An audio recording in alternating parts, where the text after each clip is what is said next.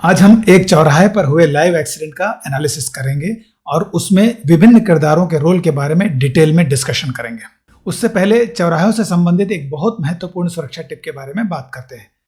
दोस्तों, हमने हमारे देश में होने वाले सड़क दुर्घटनाओं को कम करने के लिए एक ऐप को लॉन्च किया है सड़क के नाम से। ये एंड्रॉयड प्लेटफॉर्म के लिए तैयार है। आप गूगल प्ले स्टोर से उसे डाउनलोड कर सकते हैं। सर्च में आपको सड़क टाइप करना पड़ेगा। हमने उसका लिंक भी डिस्क्रिप्शन में दिया है, आप वहां से डायरेक्ट भी डाउनलोड कर सकते हैं।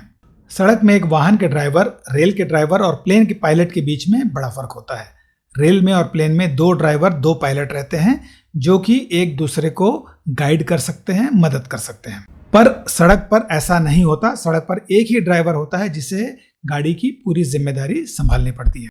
जैसा कि हमने आपको पहले बताया, जब भी आपको एक चौराहा या एक क्रॉस रोड, एक जंक्शन नजर आए तो आपको अपनी गाड़ी की गति धीमी कर लेनी चाहिए और सुरक्षित तरीके से उस चौराहे को पार करना चाहिए, क्योंकि चौराहा ही एक ऐसा जगह है जहां पर हमारे देश में बहुत सारी दुर्घटनाएं होती हैं।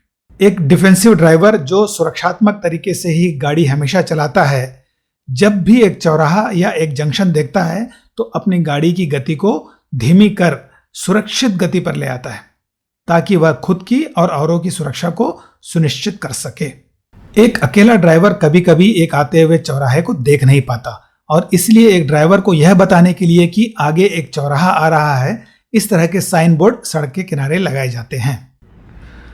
पर कभी कभी या तो ड्राइवरों का उस पर ध्यान नहीं जाता है, या यह बोर्ड ज्यादा दिन तक बचता नहीं है, या फिर कोई उसके ऊपर में कोई पेपर चिपका देता है।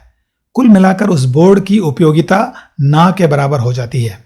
इसलिए वैज्ञानिकों ने इस तरह के रंबल स्ट्रिप्स को तैयार किया। जब एक गाड़ी या वाहन स्ट्रिप्स के ऊपर से गुजरता है तो उसमें से होने वाली गड़गड़ाहट से जो आवाज होती है उसे ड्राइवर को पता चल जाता है कि आगे एक चौराहा या एक जंक्शन आने वाला है। इस तरह के रंबल स्ट्रिप्स आजकल लगभग हर शहरों में लगाए जा रहे हैं। हम सबको आज से जब भी सड़क पर इस तरह का रंबल स्ट्रिप्स नजर आएगा, या फिर अगर रंबल स्ट्रिप्स ना भी हो, हम ध्यान देते हुए जब भी एक चौराहे या जंक्शन के पास पहुंचे अपनी गति को कम करके सुरक्षित यात्रा करें। चलिए, चौराहों पर किस तरह की दुर्घटनाएं हो सकती हैं इसको जानने के लिए हम एक एक्सीडेंट का विश्लेषण करते हैं जो कि एक चौराहे पर हुई है। उसमें विभिन्न पात्रों के रोल का एनालिसिस भी करते हैं। इस एक्सीडेंट में एक वैन चौराहे पर आकर रुकती है सवारी उतारने के लिए। सवारी उतारने के बाद ड्राइवर किसी कारण से अपनी तरफ का दरवाजा अचानक खोल देता है। एक बाइक वाला जो इस वैन के साइड से होकर जा रहा था उस दरवाजे से टकराकर सड़क पर गिर जाता है। इत्तेफाक से उसी समय उसके पीछे पीछे पुलिस की एक गाड़ी भी आ रही थी जो इस मोटर बाइक वाले को बचाने के लिए मजबूरन अपनी दिशा को बदलकर सड़क के बीच आ जाती है और आगे से आने वाली एक कार को सीधा ठोकर मार देती है। इस एक्सीडेंट में 4 किरदार हैं। सबसे पहला वैन ड्राइवर, दूसरा बाइक वाला, तीसरा पुलिस की गाड़ी का ड्राइवर और चौथा सामने से आने वाली कार का ड्राइवर। सबसे पहले उस वैन ड्राइवर को यह मालूम होना चाहिए था कि एकदम चौराहे पर आकर यात्रियों को उतारना नहीं चाहिए। उसे गाड़ी को चौराहे से कुछ पहले ही रोक देना चाहिए था। दूसरा, उस ड्राइवर को यह भी जरूर मालूम होना चाहिए था कि कभी भी गाड़ी का दरवाजा पीछे देखे बिना खोलना नहीं चाहिए।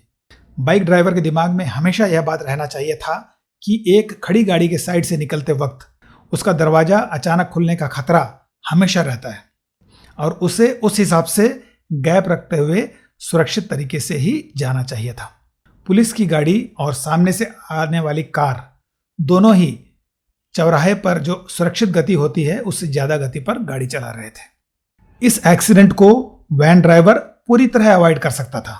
बाइक ड्राइवर अगर ध्यान देता तो फिर भी दुर्घटना को टाल सकता था। पुलिस की गाड़ी को अपनी गति चौराहा पहुंचने के पहले कम कर देनी चाहिए थी।